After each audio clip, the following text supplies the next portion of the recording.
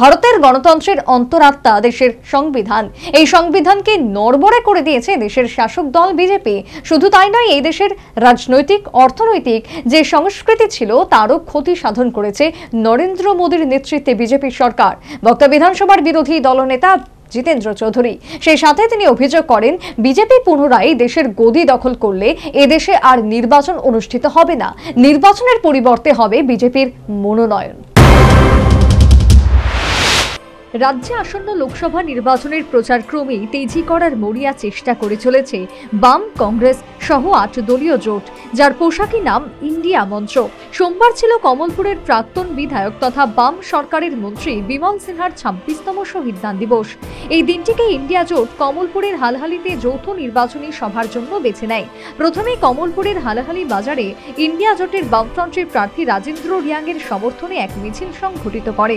মিছিলে সিপিএম রাজ্য সম্পাদক বিধায়ক জিতেন্দ্র চৌধুরী, কংগ্রেস নেতৃত্ব বিধায়ক সুদীপ রায় বর্মন, প্রাক্তন বাম বিধায়ক অঞ্জন দাস সহ বাম কংগ্রেসের নেতাকর্মী সমর্থকরা অংশ নেয়। মিছিলটি হালাহালি বাজারের বিভিন্ন পথ পরিক্রমা করে হালাহালি বাজারস্থিত সিপিএম কার্যালয়ের সামনে এসে শেষ হয়। পরে সেখানে প্রকাশ্য সভা অনুষ্ঠিত হয়। সভায় বক্তব্য রাখতে গিয়ে বিধানসভার বিরোধী দলনেতা তথা সিপিএম রাজ্য সম্পাদক জিতেন্দ্র চৌধুরী অভিযোগ করেন, ভারতের গণতন্ত্রের অন্তরাত্মা দেশের সংবিধান। এই সংবিধানকে নড়বড়ে করে দিয়েছে দেশের শাসক দল বিজেপি। শুধু তাই নয়, এই দেশের রাজনৈতিক অর্থনৈতিক যে সংস্কৃতি ছিল তারও ক্ষতি সাধন করেছে। এবং এই গণতন্ত্রের যে তার অন্তরাত্মা, তার সংবিধানকে এটাকে নড়বড়ে করে দিয়েছে।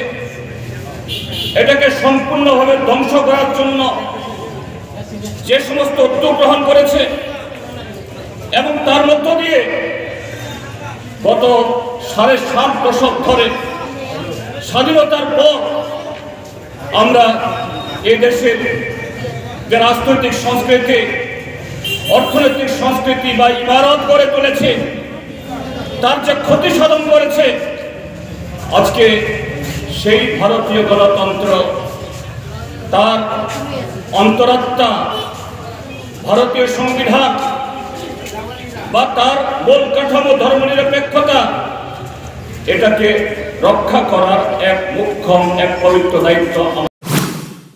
সেই সাথে তিনি অভিযোগ করেন, বিজেপি পুনরায় দেশের গদি দখল করলে এদেশের আর নির্বাচন হবে না, নির্বাচনের পরিবর্তে হবে বিজেপির মনোনয়ন। আবার যদি এই নরেন্দ্র মোদী প্রধানমন্ত্রী হয়ে আসে, তখন আইন করবে ভারতের সুপ্রিম কোর্ট, ভারতীয় জনতা পার্টি কোনো বিচারই করতে পারবে না। ভারতবর্ষে আর কোনো নির্বাচন হবে না, ইলেকশন হবে না, সব সিলেকশন। সে সিলেকশন কোথায় হবে? বিজেপির অফিসে। তারাই ঠিক করে দেবেন কে মন্ত্রী, কে মন্ত্রী, কে কি পাবে, তাদের কথা উদ্বাস করতে হবে। প্রসঙ্গত উল্লেখ্য, আগামী 1 এপ্রিল পূর্ব ত্রিপুরা উপজাতি সংরক্ষিত আসনের রাজেন্দ্র রিয়াংয়ের মনোনয়নপত্র দাখিল করার কর্মসূচি ঘোষণা করেছে ইন্ডিয়া জোট। রাজনৈতিক বিশ্লেষকদের অভিমত, ধলাই জেলা সদর আমবাসাতে এই দিন জমায়েতের মধ্য দিয়ে সাংগঠনিক শক্তি প্রদর্শন করতে বিশেষ রণকৌশল হাতে নিয়েছে বাম কংগ্রেস। এরই অঙ্গ হিসেবে কমলপুর ও বিভিন্ন জায়গায় জনসভা সহ বিভিন্ন কর্মসূচি হাতে নিয়ে ঘরে বসে পড়া বাম কংগ্রেসের নেতাকর্মী সমর্থকদের মধ্যে নির্বাচনী উন্মাদনা তৈরির মরিয়া চেষ্টায় রয়েছে বিজেপি বিরোধী জোট। Bureau report, news vanguard.